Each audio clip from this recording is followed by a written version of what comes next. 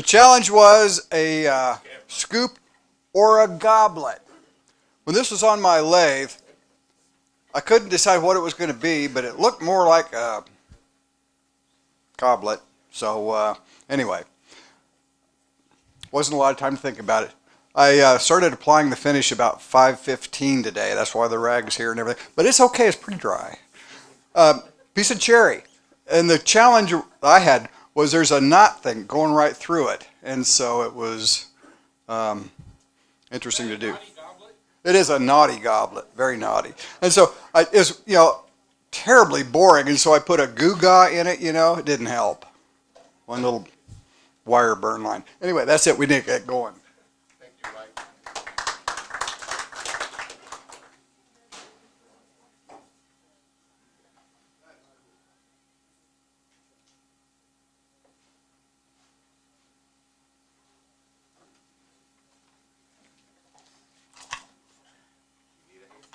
Whoop. Wait a second.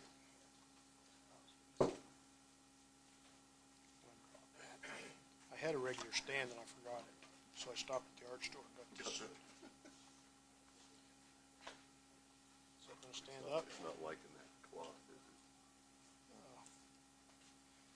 Well, I'll just hold it. Here's the story. Here, you tell the story, I'll hold it Can you see this? If grapes no longer grew in clusters, but just grew one grape per vine, the Grape Growers Association would be very excited because of the size of the grape. But they'd be disappointed when they realized that large grape, instead of seeds, had just one pit. And so their excitement would wither on the vine.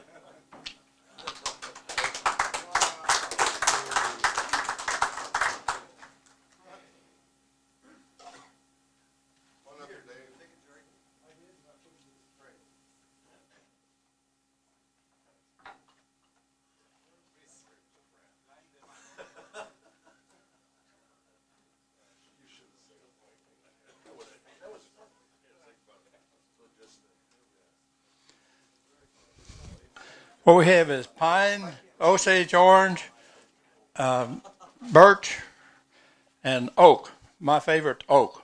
I wanted to comment that Anthony, I enjoyed your shop, and you kind of got me hooked. So I thought I'd just get carried away. And so this one here has a happy face with a dimple in its chin. We'll spend a little, but I did enjoy it. I learned a lot and practices. The trick is to get your mind around offset turning. And so I thought my neighbors across the street were building a new fence. And they had some 6x6, and I said, I do some wood turning. Would you give me a piece? So I got a 24-inch piece of this, and I thought I'd make a scoop that had a flat bottom. So that's offset turning with the circle inside. Just neat thing. It gives you a chance to do some hollowing. This is a little different story. This is a big eye looking at you. It was sort of planned. Osage orange, and the object was to see how big a handle I could throw on the lathe, and this is it. It's a 1/4 inch shorter, or maybe 1/8 inch, depending on how it's centered. So when it's swinging, it's going around. Well, just watch out for it. And this was done with a vacuum chuck on the back and a cone on the front, with a cutoff tool going in at a 45-degree until I got the cone out. And then you could hold it, and it only came off 3 times. So speed is not your friend under those circumstances. So it's finished in tung oil, and I had a great time doing this one. And it's sort of the right thing. If you just had a horse now, I could feed it oats.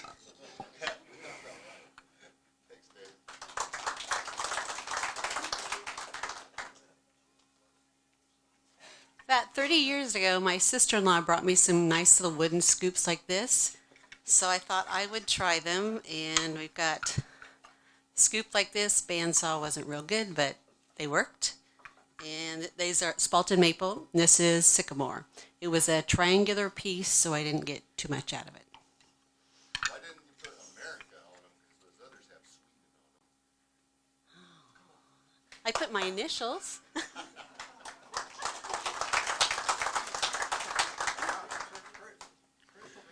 Well, I always wanted to make one like that, so I made one like that. And then I playing around, and I thought I'd try the offset, which I did. Just offset the handle though. And then after I saw how she was doing hers, then I did one like that. Just made it a scoop instead. So that was pretty wet, so it cracked.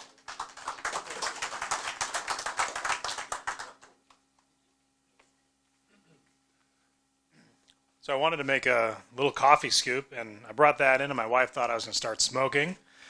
And so I thought, well, I guess it does kind of look like a pipe, but a little bit different than the way Anthony did it. But I've seen him make pipes before, too, and they look somewhat similar to that, maybe. I had a longer one with a nice longer handle until it got a little catch on it, went flying. So my son uses that now to bang in nails in the house and stuff like that. But it's a fun little piece. Just made out of cherry.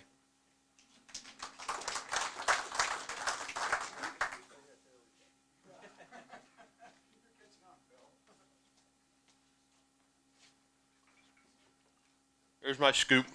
It's just a piece of maple. Did a little bit of texture work on it as well.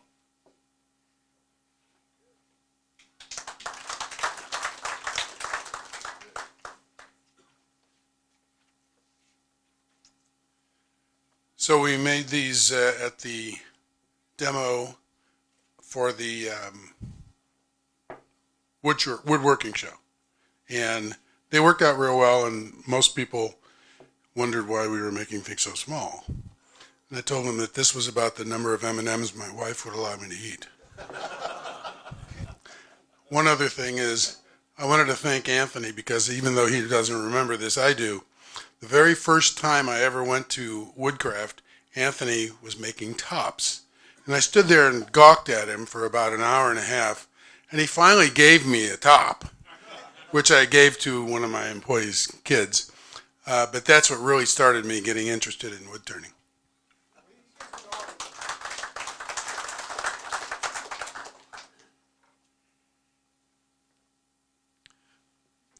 This is walnut, and I did turn it, but I might as well have bandsawed it out and carved it, because it was all about the same difference.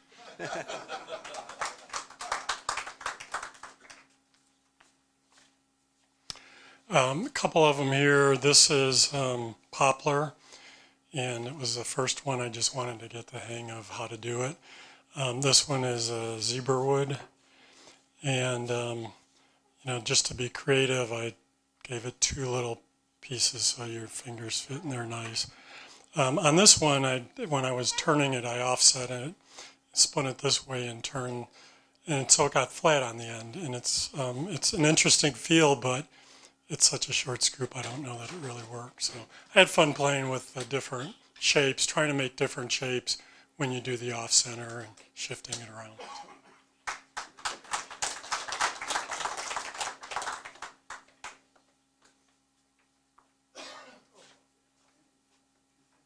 This is my scoop. I didn't have time to do much this week or this month, so I made this one this morning, and that's what it is.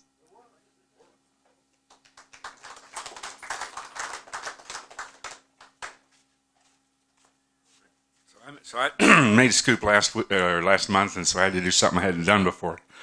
And so I made a kayak scoop, and it works like that. I don't know. It looks like it's too hard for elm, but it looks like it, so I don't know exactly what it's made out of. It's got linseed oil on it.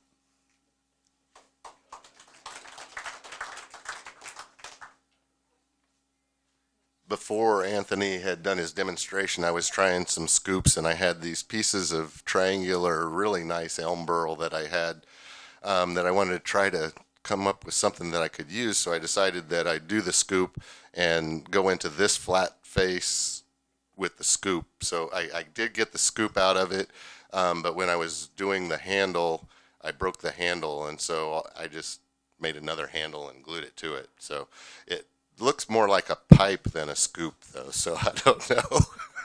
It was my first attempt. Anybody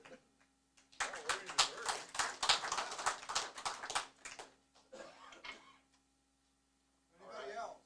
Is there anybody else on the challenge table? Challenge. Going once, twice, 3 times. Okay. Okay, we're going to draw 4.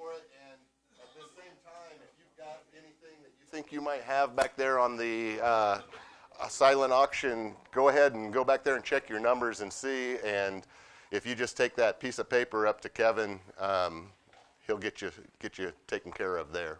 Linda's going to pull the winner here. That's one. Read the last three digits, please. 952. No. 952. There we go. Anthony. Winner. Yes. Anthony won a nice Custom hollowing tool. Since he has a couple, he might be willing to sell it to somebody, right? There you go. Okay, thanks everybody that participated in the challenge. Thank you very much for rapidly getting through there and showing your items. If anybody's got any questions about any of those items, hit them up afterwards, after the meeting, and I'm sure they'll discuss anything with you. We're going to move right on to the show and tell table. I told them to go back and check the silent auction items, and it looks like everything that maybe had a number on it has been picked up. So Kevin's taking care of them. So show and tell is any item that you're proud of that you wanted to go and show everybody. So we're going to start with Kevin, because he did a fantastic job of his, was it your first segmented? No, is it your first segmented piece? And it is a beautiful genie bottle with a fantastic penny, shiny penny in the end of it. So go tell them a little bit about that, Kevin. You just did. Yeah, go ahead. Hi, my name's Kevin, and I'm a wood turner.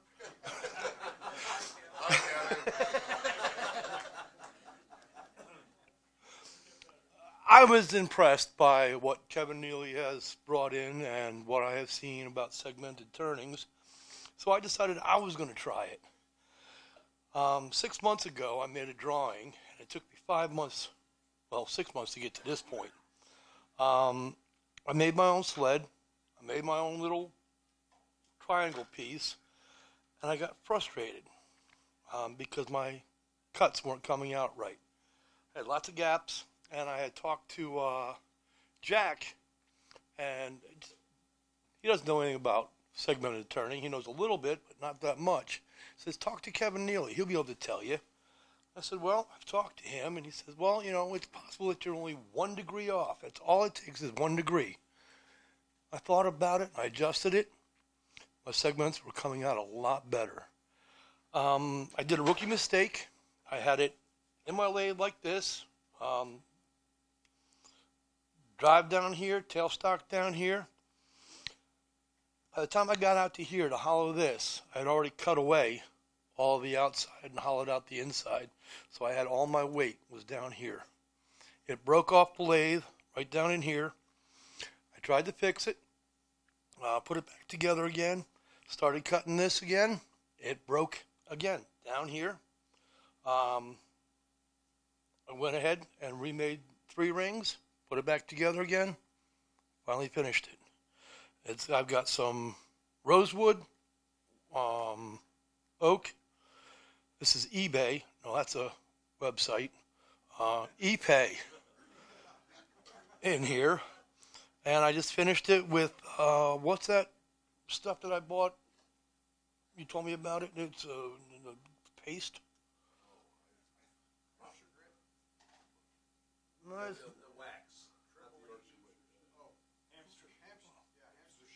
Something like that. Some kind of sheen. And that's it.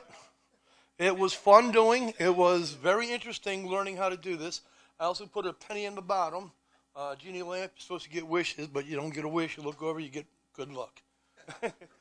Thanks.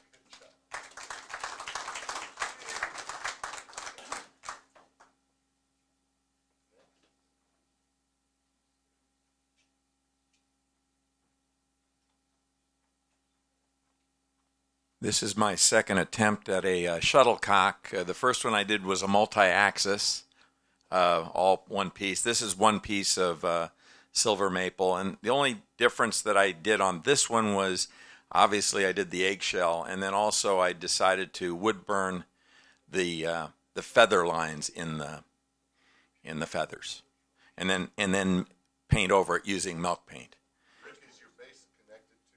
This is all one piece. Yeah, this is all one piece. This is an easy one to do because it's all, it's chucked up the whole time. Whereas with multi-axis, you would turn this first, and then you tilt it at multi-axis to then get, yeah. So anyway. Well, the first one is actually I've entered into the Overland Park Art Show. This is my 6th year. Hopefully it'll be 6 years in a row of being selected into that national juried art show. We'll see. I don't know. And then this is another piece of the ornamental Japanese cherry burl. And so obviously it had a lot of voids in it. And so then I just used resin, 3 colors, a white, a blue, and a black. And the thing I like about using resin is it's kind of like opening up a Christmas present. You don't know how it's gonna turn out until you turn it back on the lathe and then just see the swirls. So anyway, that's it. Over and out.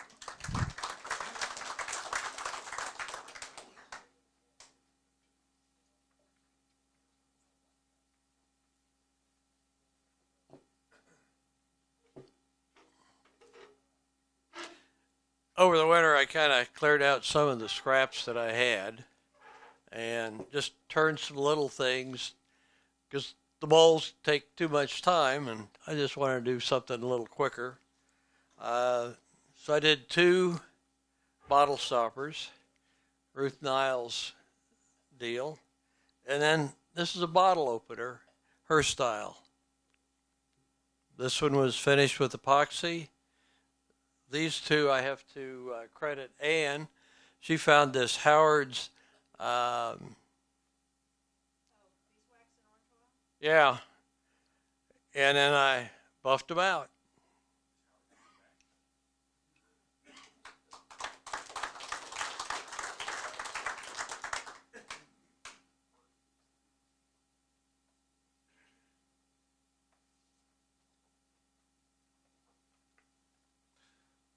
This is a twice-turned walnut bowl that I had left a band around it purposefully so that I could do some carving. And thank you, Sue, for your carving demo because I used everything she said during that demo. I applied when I was doing this, and I was really, really happy with the end result. So. Dremel and a 1/4-inch chisel. And I did have some palm carving tools to get some of the little cuts into it. So, but no high-speed thing. I don't have that yet.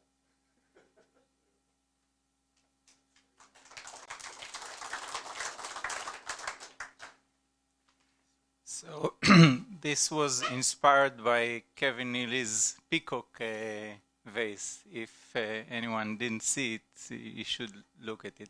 So it's segmented pieces of diamond wood. I needed to make it round so you can see those round coloring very noticeable. So it came out nice, and I'm planning to make another one with 2 rings. If you make the diamond rings in different angles, it can, and if you do the curvature round, it will come up with the same effect of making those rings round. So that's, and the wood is pine from my neighbor. That's it.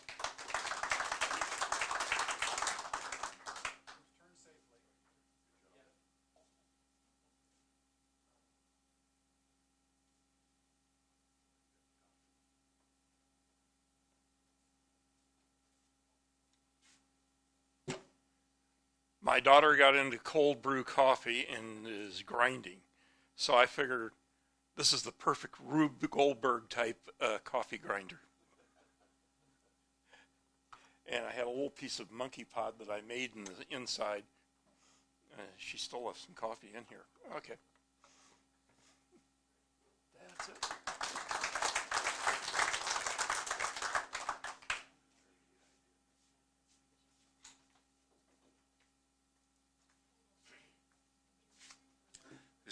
This is Banksia pod. I mean, I got nothing to say about it. It's a normal. I've made 4 or 5 of them over the last 10 years. They're always kind of fun because they're always different. This one's pretty thick. So I finish them with shellac and then buff them. Like I've said it before, I finish them with shellac and then wipe everything off, give it 48 hours to dry, and then buff it on the Beal system. Kind of fun. That's it. I got nothing.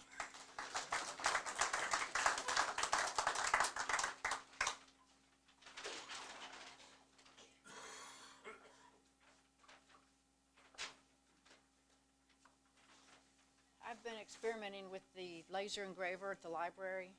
So I turned a couple of plates and then laser engraved the designs and went back and painted them.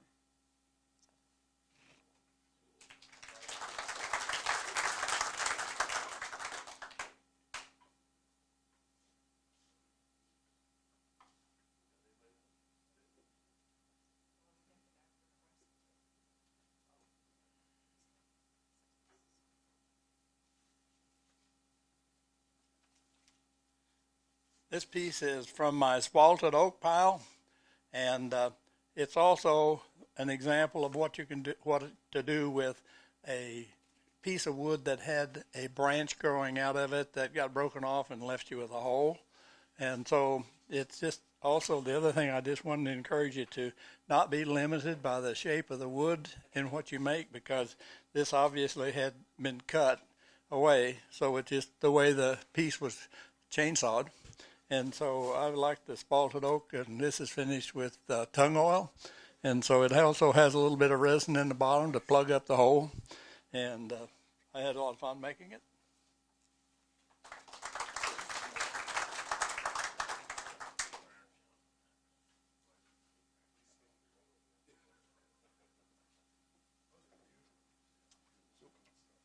I'm Kevin from Nebraska. I'm a part of the Great Plains Woodturners. I'm down visiting my son. Made a batch of these. I made 24 here, first of the month. A friend of mine came up with this jig, worked with him. These are turned 2 at a time, completely turned inside. I do the cup, turn it around, put this in my 4-jaw chuck, and a little special thing on the tailstock, and then I reshape the handle. So I can do one of them in about a half hour that way. And yeah, because I did them like a hollow form. I got a homemade hollowing rig, completely simplified the inside. Before hand doing, you always get that little bit of a catch and a tear out. It was smooth. It took me less than 2 or 3 minutes to sand the inside. Osage orange, and those are actually green turned. Turned this one last Saturday, and apple. I twice turn everything I do. This is a beetle kill pine.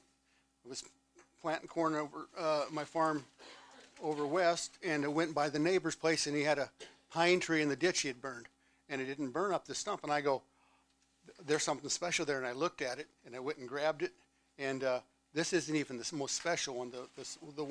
The most special, I had 16 knots in it. It looks like a turtle shell. But anyway, I've learned how to green turn wood and keep them from cracking. I never use anchor seal or anything.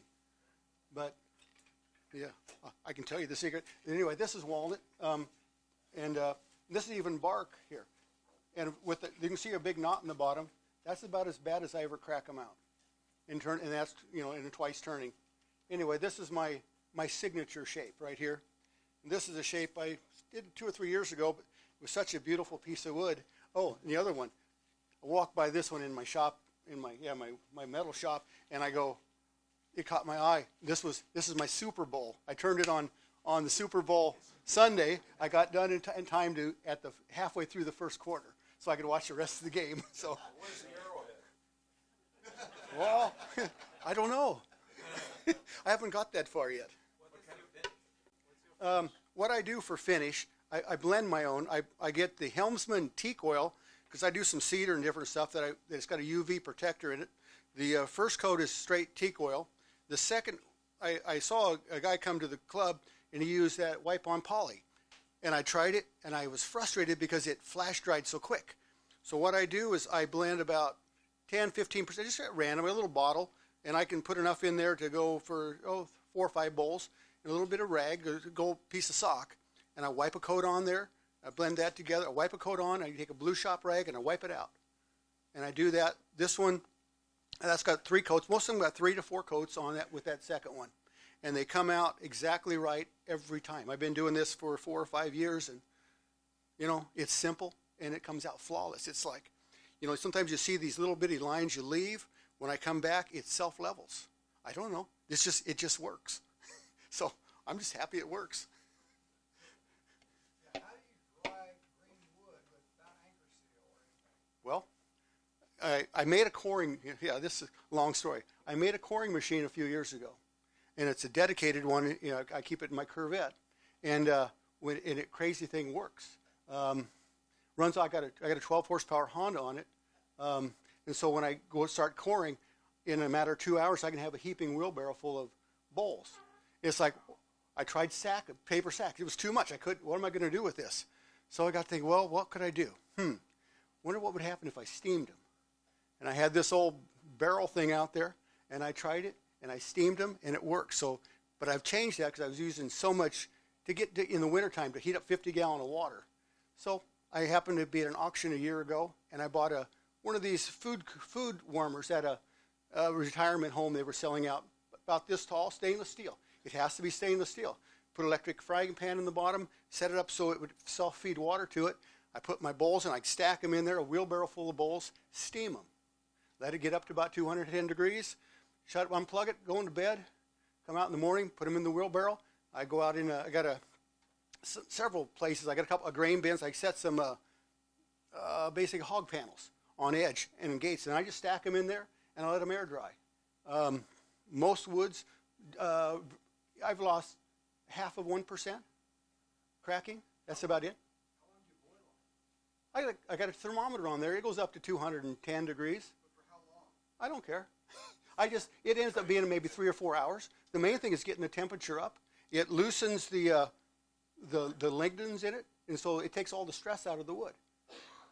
Been on it's the Hall and Bowl Company site, their big machine. That was kind of my friend said, can you make one of them? I said, and I got to we made it portable too. I can put it in my pickup, but I don't. But anyway, I said, I don't know.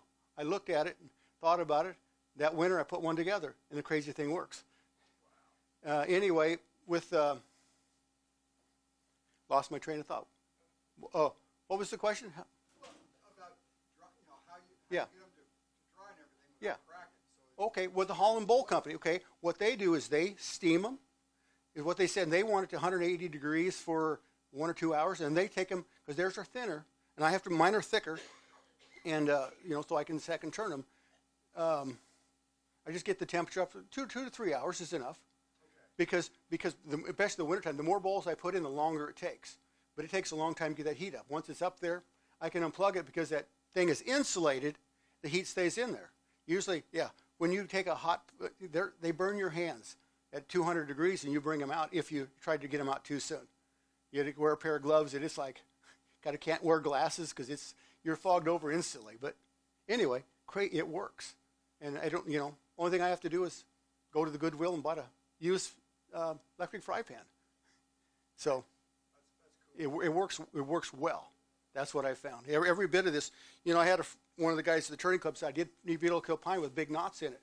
6 months later, a year later, they'll pop, go out. I've got some that's got knots this big. Never lost a knot yet. You can see there may be a hairline crack in them, but that's it. I'll put a little super glue and coffee grounds or some sawdust in there to fill that hole. And I haven't lost anything yet. So anyway, Thank you. Okay,